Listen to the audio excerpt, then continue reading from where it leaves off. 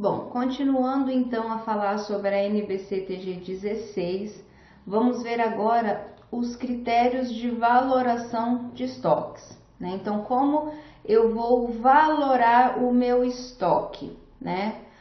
O custo dos estoques de itens que não são normalmente intercambiáveis e de bens ou serviços produzidos e segregados para projetos específicos deve ser atribuído pelo uso da identificação específica dos seus custos individuais.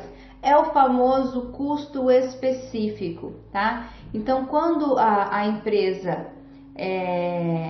consegue identificar o custo exatamente de cada item, é esse então que ela deve utilizar para o seu registro.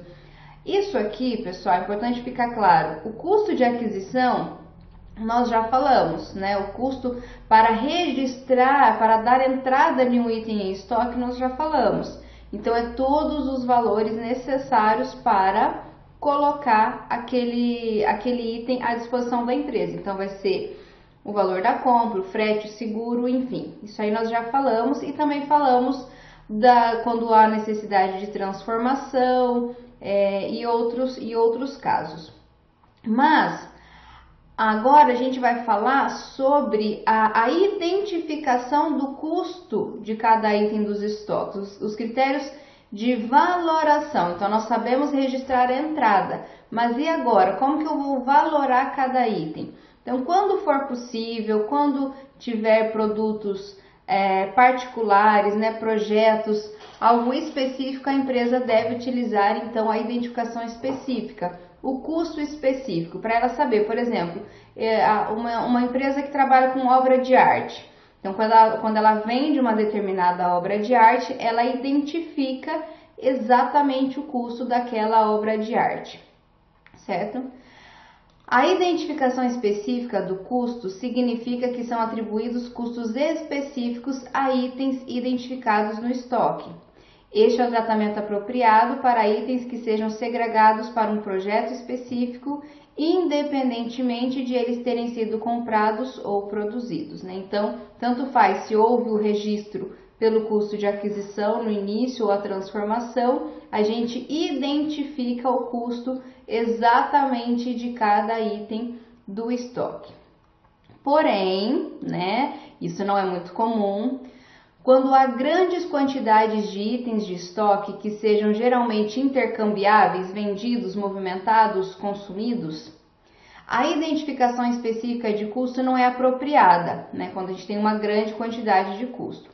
Em tais circunstâncias, um critério de valoração dos itens que permanecem nos estoques deve ser usado. Então, qual valoração dos itens que permanecem em estoque eu vou utilizar quando há uma grande quantidade de itens? Né? Os custos que não sejam específicos, como acabei de mencionar, deve ser atribuído pelo uso do critério.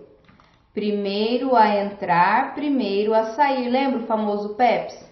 Então, quando você tem vários itens que já foram registrados à aquisição, já estão no estoque, mas para saber, né, o valor dos itens que permanecem em estoque e, consequentemente, a gente vai atribuir valor àqueles que saem do estoque, seja para a venda ou seja para o consumo. Então, o critério a ser utilizado é o primeiro a entrar, o primeiro a sair, o famoso PEPs. Então, o primeiro valor que entrou é o primeiro valor que vai sair. Nesse critério, os itens que permanecem em estoque vão demonstrar os valores mais recentes de aquisição, porque o valor mais antigo, o primeiro que entrou, é o primeiro que saiu. Então, permanece nos estoques o valor dos itens mais recentes. Ou, além do critério do PEPs, nós podemos utilizar o critério do custo médio ponderado, né, que é a média ponderada. A cada nova aquisição, lembrando que o registro do custo de aquisição é o mesmo, vai agregar frete, seguro, enfim, mas na hora de valorar o item do estoque unitário, nós calculamos o preço médio. Então, é importante deixar claro que o critério de valoração de nada interfere no custo de aquisição.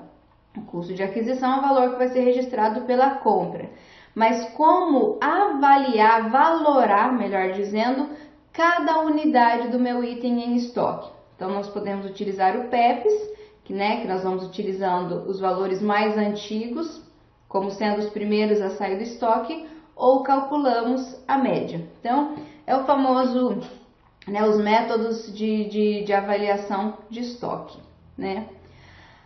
É importante frisar, que a entidade deve usar o mesmo critério de custeio, então ou o PEPs, ou a média, ou custo específico, para todos os estoques que tenham natureza e uso semelhante, Então, o ideal é adotar um critério. Mas, para os estoques que tenham outra natureza ou uso, podem justificar-se diferentes critérios de valoração. Por exemplo, imagine uma concessionária de veículos.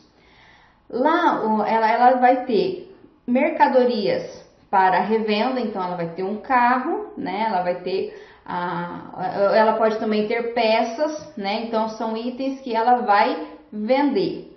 Assim como ela também pode ter peças em estoque que ela vai utilizar na prestação de serviços, nos serviços aí de revisão de veículos, por exemplo. Então, como são naturezas diferentes, um para comercializar e um para utilizar em serviço, ela pode utilizar critérios diferentes para valorar, os estoques que serão vendidos e os estoques que serão consumidos nos serviços prestados. Então, é possível utilizar dois métodos, Aí aqui ela vai falar um exemplo, Então, o critério do PEPs, como eu falei, pressupõe que os itens do estoque que foram comprados ou produzidos primeiro sejam vendidos em primeiro lugar. Lembrando que isso daqui não é necessariamente o item físico, mas sim o valor, desses itens. Consequentemente, os itens que permanecem em estoque no fim do período sejam os mais recentes comprados ou produzidos. Então, os valores mais recentes comprados ou produzidos. Pelo critério do custo médio ponderado, cada item é determinado a partir da média ponderada. Então, a cada nova aquisição, a cada variação no custo, um novo valor médio é encontrado.